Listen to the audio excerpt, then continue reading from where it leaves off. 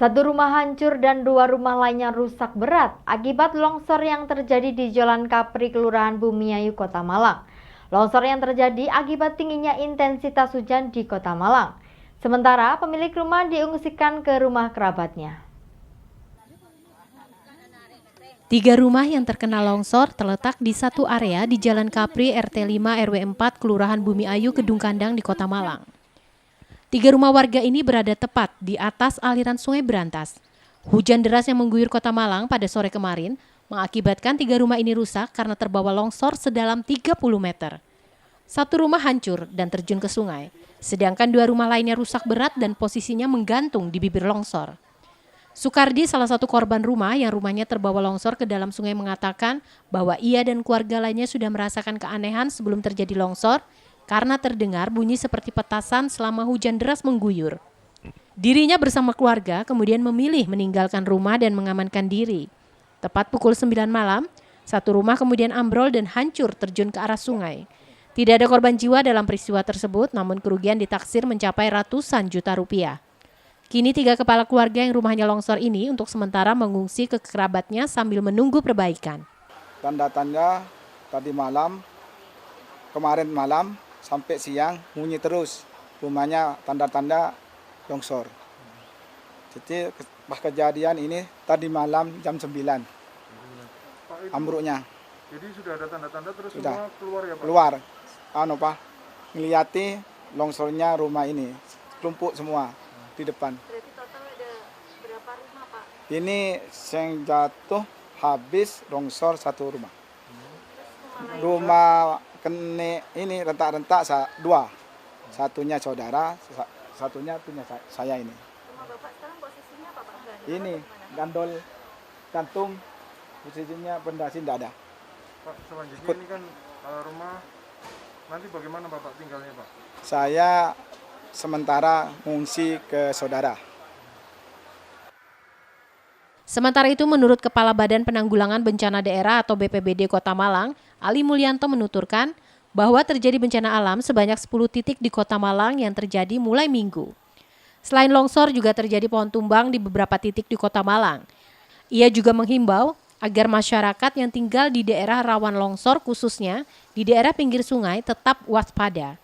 Untuk rumah longsor kemarin itu ada di Lintung Gang 2. Itu ada 2 rumah yang di sana dan juga ada di Samaan. Jadi di Samaan itu ada plesengannya juga. Jadi seperti itu. Di Bumiayu Pak? Ya, dan di Bumiayu juga. Sekarang teman-teman juga sedang ke sana berkaitan dengan kondisi yang ada. Yang kami lakukan adalah dari segi kemanusiaan adalah kita memberikan bantuan berkaitan dengan kedaruratan logistik yang sudah kami berikan di sana, dan berkaitan dengan pengungsian ini adalah sementara masih di tempat di RT atau RW setempat. Simon Alfredo melaporkan. Fakta baru tragedi kematian 2 mahasiswa Universitas Islam Negeri Maulana Malik Ibrahim Malang. Polisi akan melakukan gelar perkara untuk menetapkan atau tidak siapa tersangka di balik kematian 2 mahasiswa yang mengikuti pembayatan anggota Pagar Nusa tersebut. Untuk mengungkap penyebab kematian 2 mahasiswa UIN Malang, Kepolisian Resort Kota Batu telah lengkap memintai keterangan sejumlah saksi. Adapun saksi hingga saat ini yang dimintai keterangan antara lain pihak panitia, peserta UKM pembayatan Pagar Nusa, pihak kampus maupun warga sekitar lokasi kejadian. Selain memintai keterangan sejumlah saksi, polisi juga telah menerima hasil visum luar dari rumah sakit. Hasil visum tersebut tidak bisa menyimpulkan penyebab kematian korban. Menurut keterangan polisi, meninggalnya korban tidak di lokasi pembayatan, namun masih dalam perjalanan menuju tempat pembayatan, yakni di Coban Rais. Sehingga waktu korban pingsan sempat dilakukan pertolongan pertama oleh pihak panitia, namun akhirnya tidak bisa diselamatkan nyawanya. Sementara fakta baru hasil ungkap kematian 2 mahasiswa, polisi selain telah menerima hasil visum luar dari pihak rumah sakit terkait permintaan keluarga korban bernama Mipta Rizky Pratama, mahasiswa UIN asal Bandung, akan melakukan upaya lain untuk menetapkan siapa tersangka di balik kematian 2 mahasiswa UIN Malang. Rencana untuk memperjelas dan siapa tersangka kasus kematian 2 mahasiswa Universitas Islam Negeri Maulana Malik Ibrahim Malang asal Bandung ini, pihak Kepolisian Resort Kota Batu akan melakukan gelar perkara. Korban ini meninggal masih dalam perjalanan Jadi proses pembayaran ini belum terlaksana, masih menuju tempat pembayaran. Kemudian sudah terjadi 2 orang yang jatuh pingsan dan kemudian dilakukan tindakan pertolongan oleh panitia yang dibawa ke puskesmas dan salah satu rumah sakit yang ada di Kota Batu. Yang terbaru yang untuk korban yang berasal dari Bandung, kita sudah mendapatkan dari pihak rumah sakit. Inti dari visum et repertum yang kita terima ini menyatakan bahwa tidak dapat disimpulkan faktor penyebab kematian dari korban ini, sehingga masih diperlukan tindakan pemeriksaan dalam atau otopsi. Karena dari keluarga tidak menginginkan dilakukannya otopsi terhadap korban ini, sehingga kita perlu berkomunikasi lebih lanjut dengan pihak keluarga.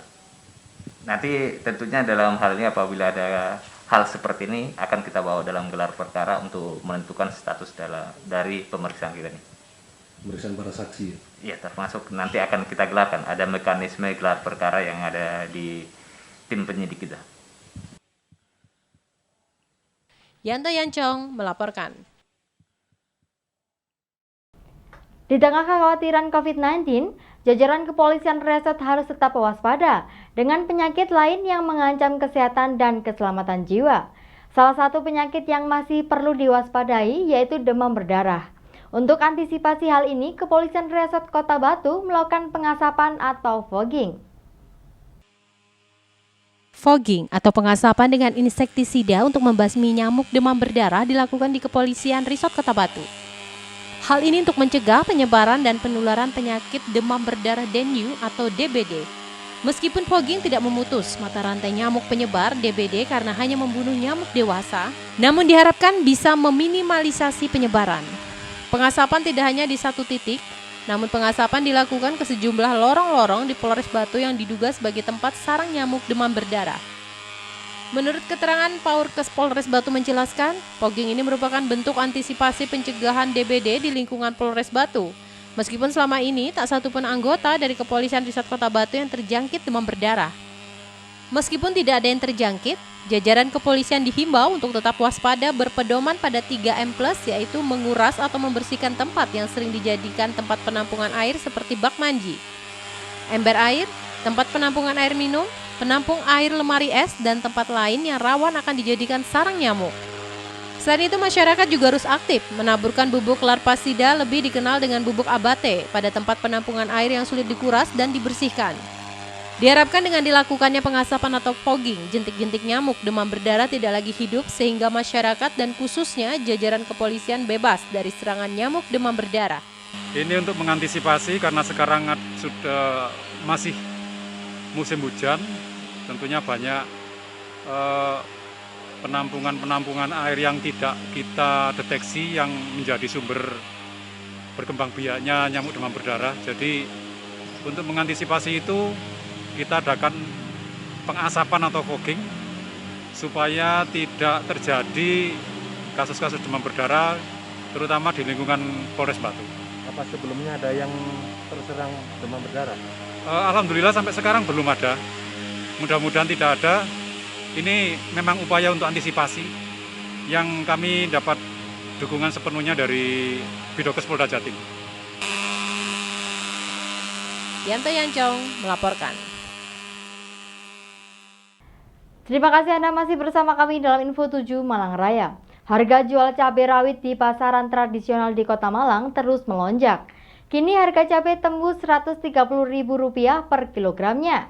Naiknya harga cabai rawit ini akibat intensitas hujan yang tinggi sehingga stok cabai di pasaran menjadi langka.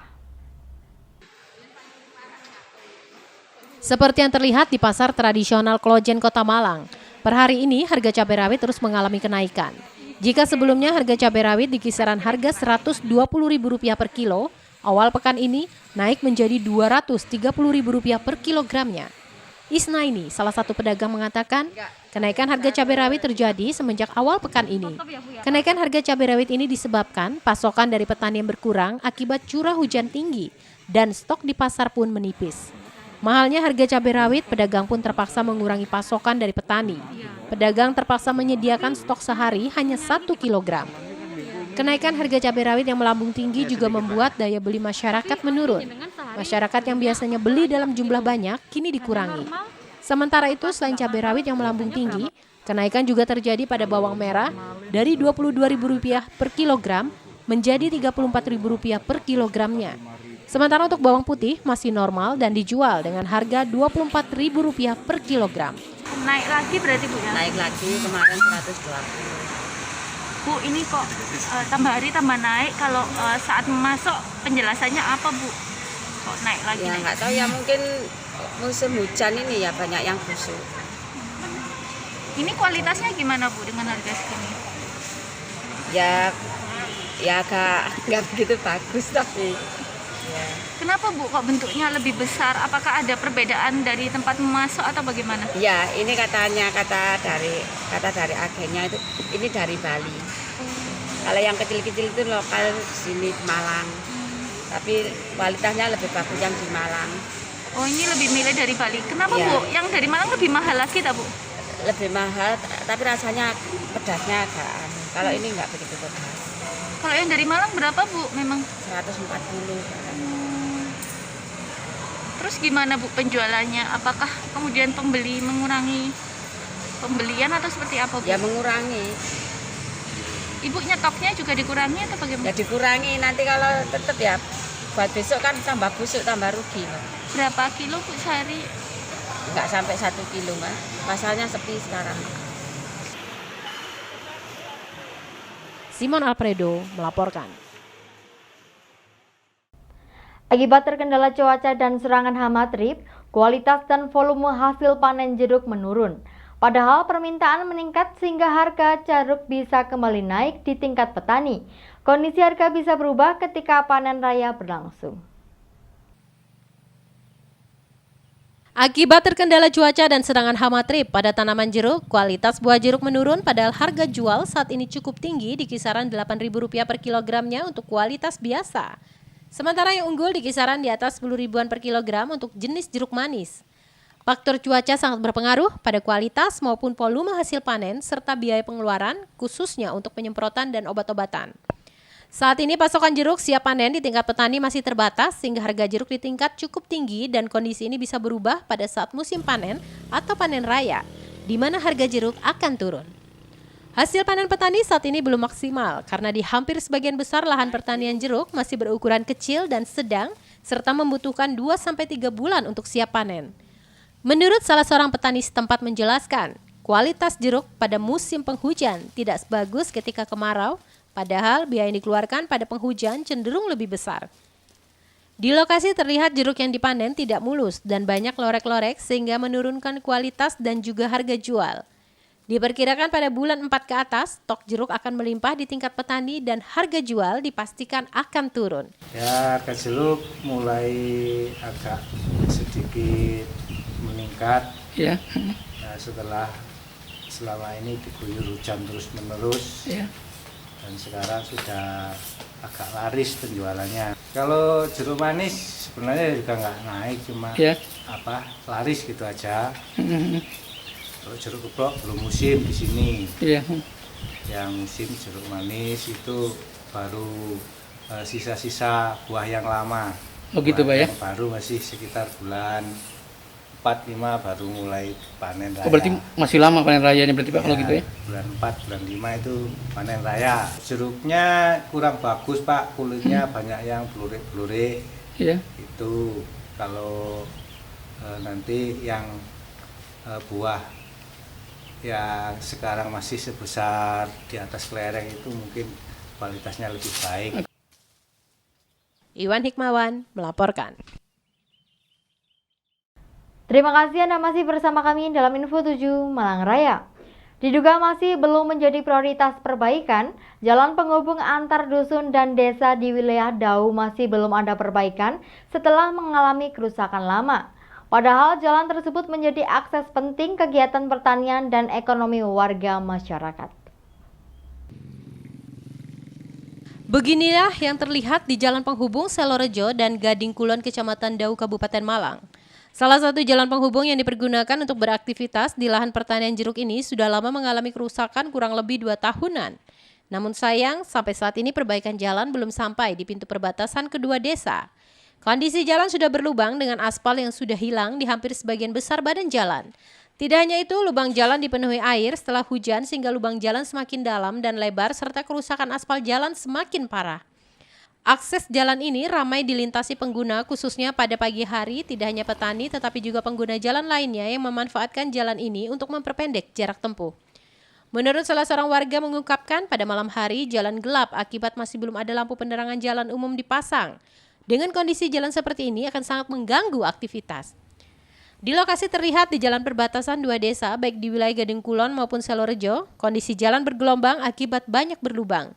Warga berharap kepada pemerintah kabupaten ada prioritas perbaikan jalan penghubung di kawasan sentra pertanian karena akan mendorong meningkatnya perekonomian warga masyarakat sekitar khususnya. Kerusakannya sudah berapa lama itu Pak? Ya, kurang lebih 2 tahunan lah. Hampir 2 tahun ya, Pak ya? Ya. Ini sentra ini Pak ya? Ya, sentra pertanian. Sentra jeruk Pak ya? Ya. Setiap hari aktivitas petani ramai Pak ya? Ya, ada peti masih lewat sini. Yang bawah itu juga ada tuh Pak. Oh ya. Lampu sini, gimana? Sini sampai ya? Selojo sana loh. Masih belum ya? Belum. Sini Selojo, sini Gading. Ya. Belum dan juga. Belum ada pengaspalan Pak ya? Belum. Setiap hari ramai yang melintas Pak ya? Oh, ramai sini dari Selojo, kebanyakan kenang Perinci sini. Perinci, banyak ya. Pak ya? Saya mohon ya, ini dikasih lampu. Ya. Itu. Aspalnya juga Pak ya? Aspal juga, lampu juga gitu loh. Biar aman Pak ya? Iya. Oke. Iwan Hikmawan melaporkan.